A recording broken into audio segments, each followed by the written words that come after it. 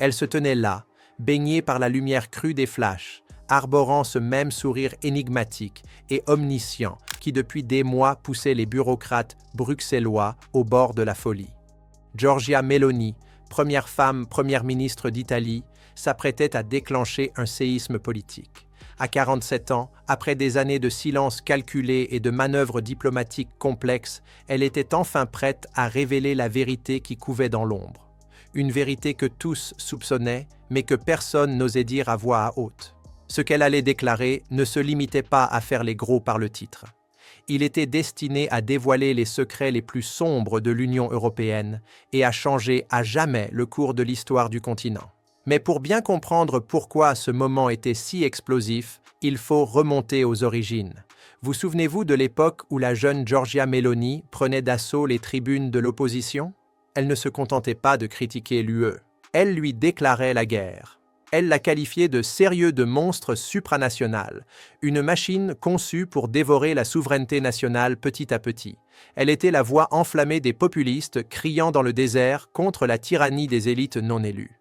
Pourtant, dès qu'elle a franchi les portes du véritable pouvoir en 2022, quelque chose a basculé.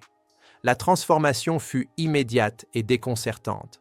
Celle qui décrivait autrefois lieu comme une prison bureaucratique serrait soudain la main d'Ursula von der Leyen, posée pour les photos, et jouait à la perfection le rôle de l'élève diplomate. Les critiques ont immédiatement crié à la trahison. Les partisans nerveux ont parlé de pragmatisme, mais tous patients à côté de l'essentiel. Que se passait-il réellement derrière ces lourdes portes closes à Bruxelles? Quelle réalité terrifiante Meloni a-t-elle découverte pour la contraindre à changer radicalement d'approche? La réponse ne deviendrait claire que bien plus tard, lorsque la situation explosive éclaterait. Elle n'avait pas été domptée par le système, elle l'infiltrait. Alors que les élites pensaient l'avoir assimilée avec succès, Meloni aurait orchestré un coup de maître en matière de collecte de renseignements dissimulant, sous un masque de soumission, la corruption de l'intérieur. La première fissure dans la façade soigneusement construite n'était pas apparue à Rome, mais à Paris. C'était le 30 et 1 mars 2025, lorsqu'un tribunal français a rendu un verdict qui a provoqué une onde choc sismique au cœur même de la politique européenne. Marine Le Pen, celle qui avait été pendant des décennies l'épine dans le pied du pouvoir français, a été reconnue coupable de détournement de fonds de l'Union européenne. La sanction fut rapide, draconienne et politiquement fatale. Elle fut privée de son droit d'exercer une fonction publique pendant 5 ans. Pour le profane, il s'agissait d'une question de justice. Et pour Giorgia Meloni, qui observait en silence depuis le palais Chigi, c'était quelque chose de bien plus sinistre. C'était une exécution politique. Pour Meloni, ce verdict n'était pas une simple affaire de détournement de fonds. C'était un symbole, une étincelle tirée dans le ciel. Il s'inscrivait parfaitement dans un schéma terrifiant qu'elle observait depuis des mois. Lorsque la nouvelle parvint à Rome, quelque chose en Meloni se brisa. Pour la première fois depuis sa prestation de serment, le masque de la politesse diplomatique s'est fissuré. Sa déclaration publique était soigneusement calibrée, mais sous le jargon diplomatique, elle vibrait d'insinuations explosives. Elle a parlé d'une démocratie assiégée, d'un système qui criminalise la dissidence et de millions d'électeurs réduits au silence par décision judiciaire. Mais ces paroles portaient en un message plus profond et codé que les initiés européens ont immédiatement compris. Meloni ne se contentait pas de défendre Le Pen. Elle laissait entendre qu'elle savait parfaitement comment le système était truqué. Selon des sources bien informées au sein du gouvernement italien, une toute autre histoire se déroulait en coulisses. Pendant que Meloni serrait des mains à Bruxelles, elle agissait, semble-t-il, comme une tueuse discrète, collectant des renseignements. Des rapports indiquent qu'elle tenait des comptes rendus méticuleux et détaillés de chaque réunion à huis clos avec des responsables de l'UE. Elle consignait chaque menace voilée, chaque murmure de chantage institutionnel et chaque tentative de pression sur les gouvernements nationaux. Elle constituait un dossier de preuves colossal, documentant ce qu'elle considérait comme la transformation de l'Union européenne passée d'une alliance volontaire de nations souveraines à un super-État autoritaire obsédé par sa propre survie. Les preuves, selon ses partisans, étaient accablantes. La crise migratoire est devenue le terrain d'expérimentation idéal pour le nouveau totalitarisme déguisé de Bruxelles. L'Italie, seule en première ligne sur les routes méditerranéennes, a imploré la solidarité européenne. Rome exigeait des solutions concrètes à une urgence humanitaire colossale. Mais au lieu d'aider, Bruxelles s'est contentée de donner des leçons. On a prêché les obligations humanitaires tout en refusant de partager le fardeau.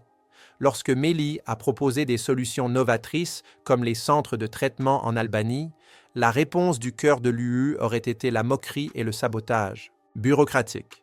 Une évidence terrifiante est apparue à Meloni. Bruxelles ne voulait pas de solution. L'Union européenne profitait du chaos.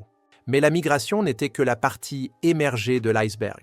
La transition écologique, l'agenda numérique, les exigences d'une unification des dépenses de défense, chaque grande initiative émanant du bâtiment Berlaymont véhicule le même message sous-jacent. Soyez obéissants ou vous en subirez les conséquences. Meloni a vu comment ils ont systématiquement isolé Viktor Orban en Hongrie, instrumentalisant les fonds européens pour asphyxier son économie et remettre en question son mandat démocratique. Elle a constaté le traitement réservé à la Pologne lorsque Varsovie a osé affirmer la suprématie de sa constitution nationale. Le plan était clair et glaçant. Le tournant décisif, le moment qui a véritablement radicalisé Meloni, remonte aux propos d'Ursula von der Leyen, quelques jours avant les élections italiennes de 2022. La présidente de la Commission avait averti que si la situation évoluait dans une mauvaise direction, Bruxelles disposait des outils nécessaires pour s'en prendre à l'Italie, comme elle l'avait fait avec la Pologne et la Hongrie. C'était un chantage institutionnel d'une ampleur inédite dans l'histoire européenne. Le message était sans équivoque. Votez pour le bon candidat ou nous vous écraserons. Cependant, dans son arrogance, von der Leyen a commis une erreur fatale.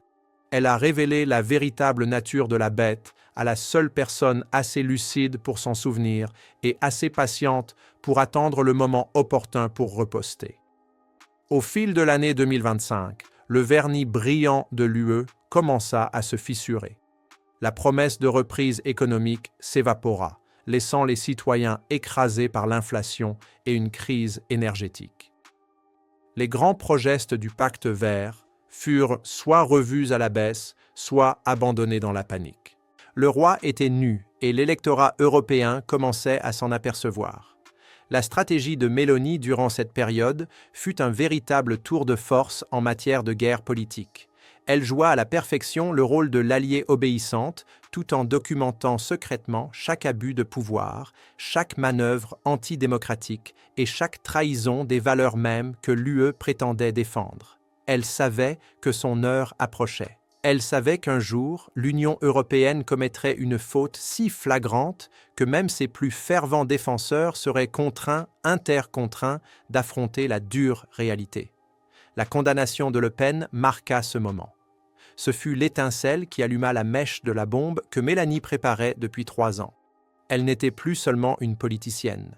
Elle était témoin à charge lors du procès de l'Union européenne. Elle dénonça l'existence d'une prétendue coordination secrète entre les responsables bruxellois et les systèmes judiciaires nationaux, visant à éliminer les révax politiques par la voie de la manipulation juridique plutôt que par la compétition démocratique. Elle mit à nu une campagne systématique de délégitimation de tout dirigeant osant remettre en question le projet européen. Mais le coup le plus dur fut sa confession personnelle. Meloni déclara que toute sa transformation d'eurosceptique virulente à alliée de cils n'était qu'une ruse soigneusement orchestrée. Chaque poignée de main avec von der Leyen, chaque sourire diplomatique, chaque compromis faisait partie d'une vaste opération de renseignement destinée à documenter la corruption de l'intérieur. Elle joua le rôle de la populiste convertie pour constituer un dossier capable de faire tomber l'establishment bruxellois. Elle présenta ce qu'elle prétendait être des preuves irréfutables, des enregistrements de fonctionnaires de la Commission discutant de la manière d'évincer les dirigeants nationaux gênants et des notes internes concernant l'instrumentalisation des fonds européens en fonction de la loyauté politique. Le cabinet d'Ursula von der Leyen se précipita en mode crise, publiant des déclarations désespérées sur l'état de droit. Mais le mal était où elle est fait. Mélanie n'avait pas seulement appelé à une sortie, elle avait proclamé la mort morale de l'Union européenne. Elle affirmait que l'institution n'était plus réformable, s'étant transformée en un système conçu pour punir la dissidence et protéger des élites non élues. La bataille pour la démocratie, concluait-elle, ne se gagnerait pas au Parlement européen, mais dans les capitales nationales. Giorgia Meloni était entrée dans l'antre du monstre et en était ressortie avec la seule arme capable de le détruire.